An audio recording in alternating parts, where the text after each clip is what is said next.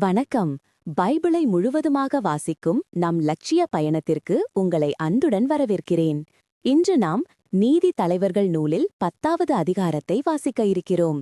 இதுவரை நாம் மொத்த நூல்களில் 18.5% நூல்களை வாசித்து முடித்துவிட்டோம். இன்னும் சில நூல்களை முடித்தால் நம் பயணம் வெற்றிகரமாகும். இன்றைய வாசிப்பின் மூலம் அந்த இலக்கை இன்னும் முன்னோக்கி நகர்த்துவோம். வாங்க தொடங்குவோம். தோலா அபிமெலக்கிற்குப் பின் இஸ்ரயேலை விடுவிக்க தோதுவின் புதல்வன் பூவாவின் மகனான தோலா எழுந்தார். அவர் இசக்கார் குலத்தைச் சார்ந்தவர். அவர் எப்ராயிம் மலையில் சாமீரில் வாழ்ந்து வந்தார். அவர் இஸ்ரயேல் மக்களுக்கு 23 ஆண்டுகள் நீதி தலைவராக விளங்கினார். அவர் இறந்து சாமீரில் அடக்கம் செய்யப்பட்டார்.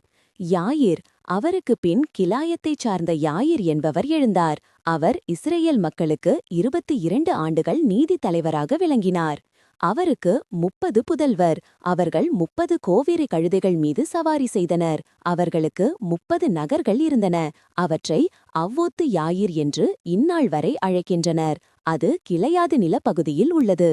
அவர் இறந்து காமோனில் அடக்கம் செய்யப்பட்டார்.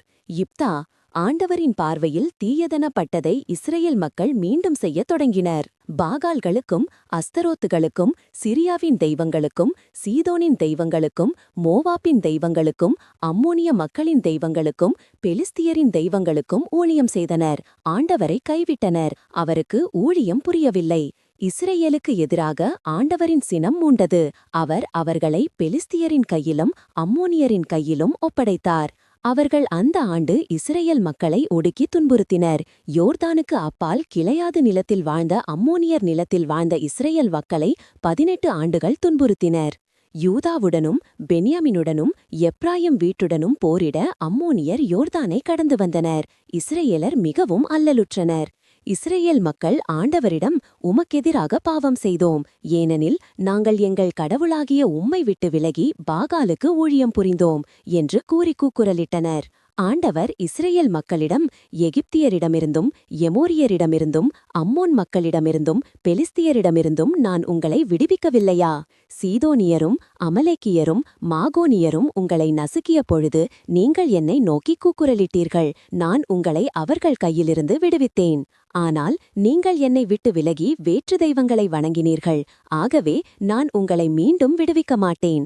நீங்கள் தேர்ந்தெடுத்த தெய்வங்களிடமே சென்று கூக்குரலிடுங்கள். அவர்கள் உங்கள் துன்ப வேளையில் உங்களை விடுவிக்கட்டும் என்றார். இஸ்ரேல் மக்கள் ஆண்டவரிடம், நாங்கள் பாவம் செய்தோம். பார்வையில் நல்லதெனப்பட்டதை எங்களுக்கு செய்யும். இன்று எங்களை விடுவித்தருளும் என்று வேண்டினர். அவர்கள் தங்களிடையே இருந்த வேற்று தெய்வங்களை அகற்றி ஆண்டவருக்கு ஊழியம் புரிந்தனர். எனவே அவர் இஸ்ரேல் மக்களின் துன்பம் குறித்து வருத்தமுற்றார். அம்மோனியர் ஒன்று திரண்டு கிளையாதில் பாளையம் இறங்கினர். இஸ்ரேல் மக்கள் ஒன்று கூடி மிஸ்பாவில் பாளையம் இறங்கினர். மக்களும் கிலாயத்தின் தலைவர்களும் ஒவ்வொருவரும் தம் நண்பரிடம், அம்மோனியருக்கு எதிராக யார் போரிடத் தொடங்குகின்றானோ அவனே கிலாயதுவாழ் மக்கள் அனைவருக்கும் தலைவனாக இருப்பான் என்றனர். நாம் 1189 அதிகாரங்களில் 221 அதிகாரங்களை நிறைவு செய்துவிட்டோம். இன்னும் சில அதிகாரங்களை வாசித்தால் முழு பைபிளையும் முடித்துவிடுதோம். நாளை அடுத்த அதிகாரத்தை பார்க்க சந்திப்போம்.